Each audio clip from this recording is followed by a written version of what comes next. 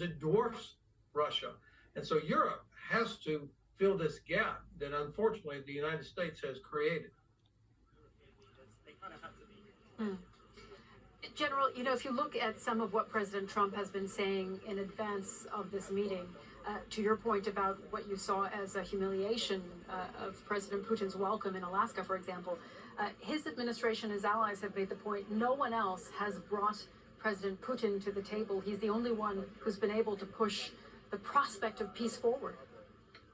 Well, that is a bizarre take on what's actually happened. President Trump is the only one that thought that has a relationship with Vladimir Putin. Putin is the only guy that President Trump has not harshly criticized. Not once has he or his Secretary of State said that the Russians need to get their troops out of Ukraine. All the other leaders have said that. The American president and his administration have not. I don't understand that. Why in the world would the Secretary of State of the United States say that Ukraine is going to have to give up territory? Why? Why does Ukraine have to give up territory, especially territory that Russia has not even been able to take with force? I don't understand the thinking here. And how is this good for America? This does nothing to improve the economic situation for the United States. If Ukraine fails, we don't need Russian oil and gas. So I don't understand, except that I think President Trump, either the Russians really have something on him, or he just wants to be liked by a fellow autocrat. There's no other logical explanation for it. General, I just want to add that as the President Zelensky and Trump are going to the White House, you might have heard a number of reporters shouting questions to him. One of them was a CBS reporter who asked what President Trump's response was to the people of Ukraine. And he said, quote, "We love them." I think we do have some images of the Oval Office now, a live shot there. Let's see if we can bring those pictures in. There it is. Extraordinary images. This might remind many people. Let's listen in. With us. We've had a lot of good discussions, a lot of good talks, and I think progress is being made, very, very substantial progress in many ways. We had a good meeting, as you know, just a short while ago with the president of Russia, and I think there's a possibility that something could come out of it, and today's meeting is very important. We have, I guess, the seven very powerful leaders from Europe, and we're going to be meeting with them right after this meeting, and thank you very much for being here.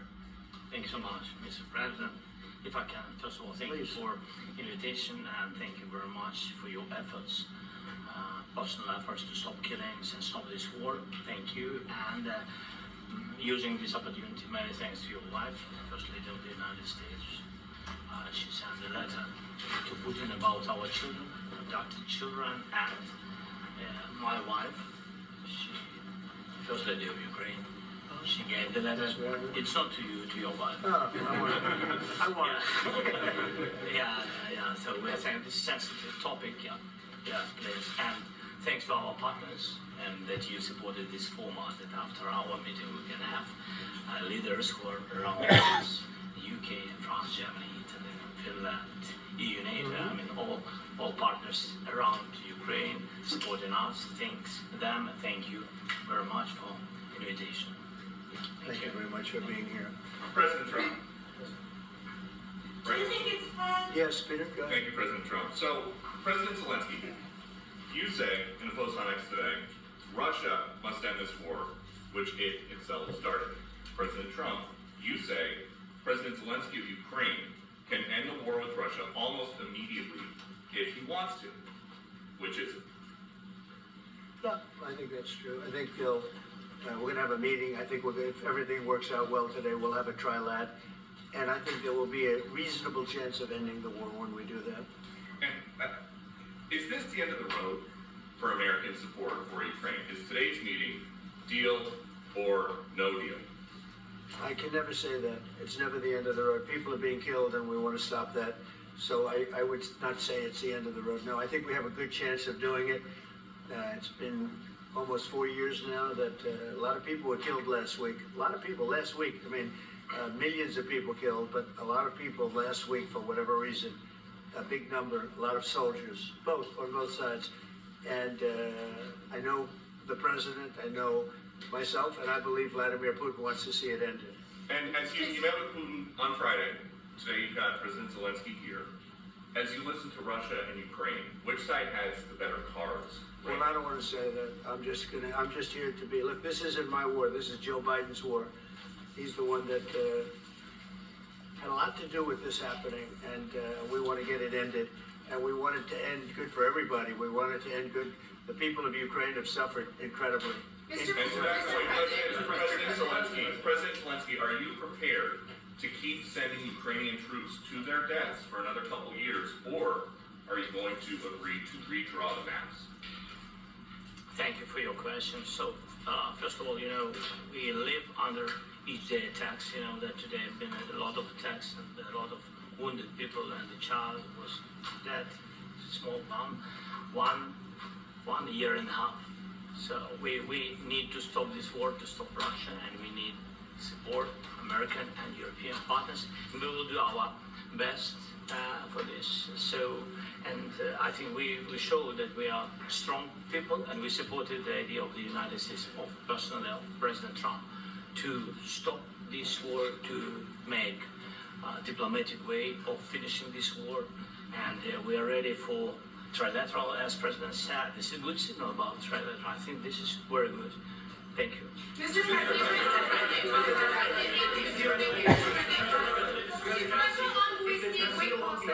yes, if the peace deal will be achieved, are you going to be willing to send American peacekeepers to Ukraine?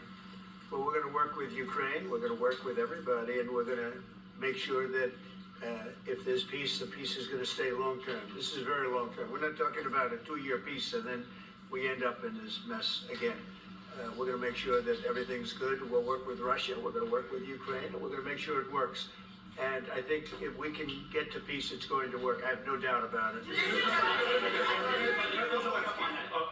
Your team has talked about security guarantees. Could that involve U.S. troops? Would you rule that out in the future? We'll let you know that maybe later today. We're meeting with 7 great leaders of great countries also, and we'll be talking about that. They'll all be involved, but there'll be a lot of help. When it comes to security, there's going to be a lot of help. It's going to be good. They are first line of defense because they're there. They're Europe, but we're going to help them out also. We'll be involved. Vladimir Putin mentioned that the war will not end without addressing the root causes of this war. Have you had an understanding what are the root causes of this war? Well, look, the war is going to end. When it ends, I can't tell you, but the war is going to end, and this gentleman wants it to end, and Vladimir Putin wants it to end. I think the whole world is tired of it, and we're going to get it ended. It was, I've done 6 wars. I've ended 6 wars, and I thought this maybe would be the easiest one, and it's not the easiest one. It's a tough one. A lot of reasons for it. And they'll be talking about it for a long time, but they'll be talking about the others. Look, India, Pakistan, we're talking about big places. When you look at, you just take a look at some of these wars. You go to Africa and take a look at that. Rwanda and the Congo, Republic of the Congo. That's been going on for 31 years. And so we've done a total of 6, and we really have 6, not including the fact that we obliterated, and it's turned out to be a total obliteration, the nuclear, as you said, the future nuclear capability of Iran. And this one, I think we're going to get solved also. I feel confident we're going to get it solved. Thank you,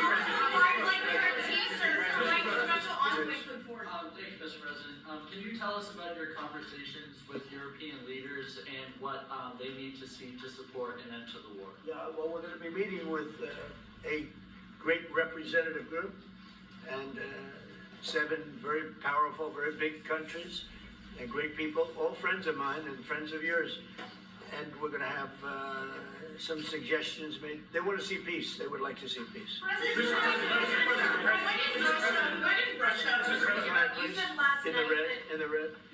President Trump, do you think it's fair to for Ukraine and for Russia to achieve a lasting and durable peace if Ukraine cedes it's territories that Russia hasn't yet conquered. Do you think it's a fair peace for Ukraine? We're going to have a lasting peace. Just to answer the first part of your question, we're going to have a lasting peace. I hope it's going to be immediately. I hope it doesn't have to go on. And I think people of the whole world is going to be very happy when that's announced. Yes, please. Mr. President, you posted on social media, Mr. President, a very touching letter from the First Lady, and the letter was hand-delivered to President Putin, and it calls for an end to the war, essentially, because of the children and the children's future. Why did the First Lady feel that letter was necessary? Was it because she believes that Mr. Putin is the aggressor in the war? Is a similar letter being hand-delivered to President Zelensky? So the First Lady felt very strongly. She's watched the same thing that you watch and that I watch. I see things that you don't get to see, and it's horrible. But when she's got a great love of children, she has a wonderful son that she loves, probably more than anybody, including me. I hate to say it, but she loves her son. She loves children.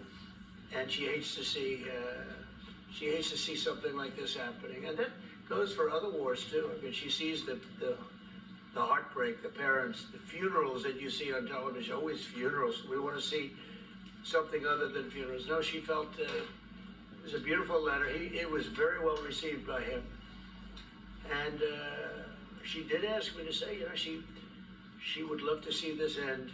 She would love to see it end, and she says it very openly, very proudly, and with great sorrow because so many people have been killed. Mr. President, last week, Brian, go ahead, Brian. Yes, sir. And with great sorrow because so many people have been killed. Mr. President, last week, Brian, go ahead, Brian. Yes, sir. I've got a question for each of you. Yes. First of all, Mr. President Zelensky, you look fabulous in that suit. I said the same thing. Yeah, you look good. I said the same thing. Yeah, looks And good. I said to the one that attacked you last time. See, now he said, I remember Yeah, that. I apologize to you. You look wonderful. No, my first question for you, President Zelensky. In the same suit. You see, I changed your Maybe yours is much better than mine. Real quickly, upon peace, God willing to get peace, are you open to holding an election in your country? Yes, of course. We are open for election, yes.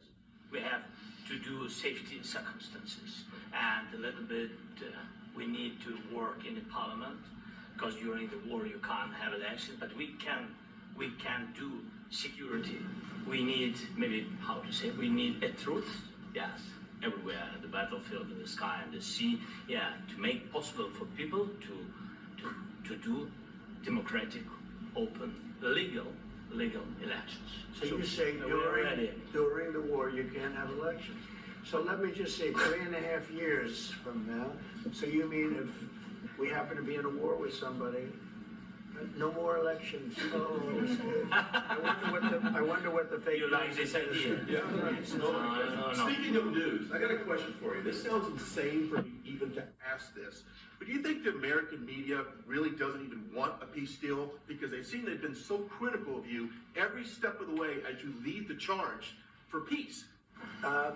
It's an amazing phenomenon. I said that if in the settlement you got Moscow, St. Petersburg, and thousands of miles around them, they would say I made a bad deal. The level of hatred and animosity is incredible. Not with all. I mean, we have great people up here. We also have terrible people up there that I think are told what to say. But, in solving all of these wars, they don't even write about it. I saw major wars. I saw wars that have been going on for 31, 35, and 37, and a couple of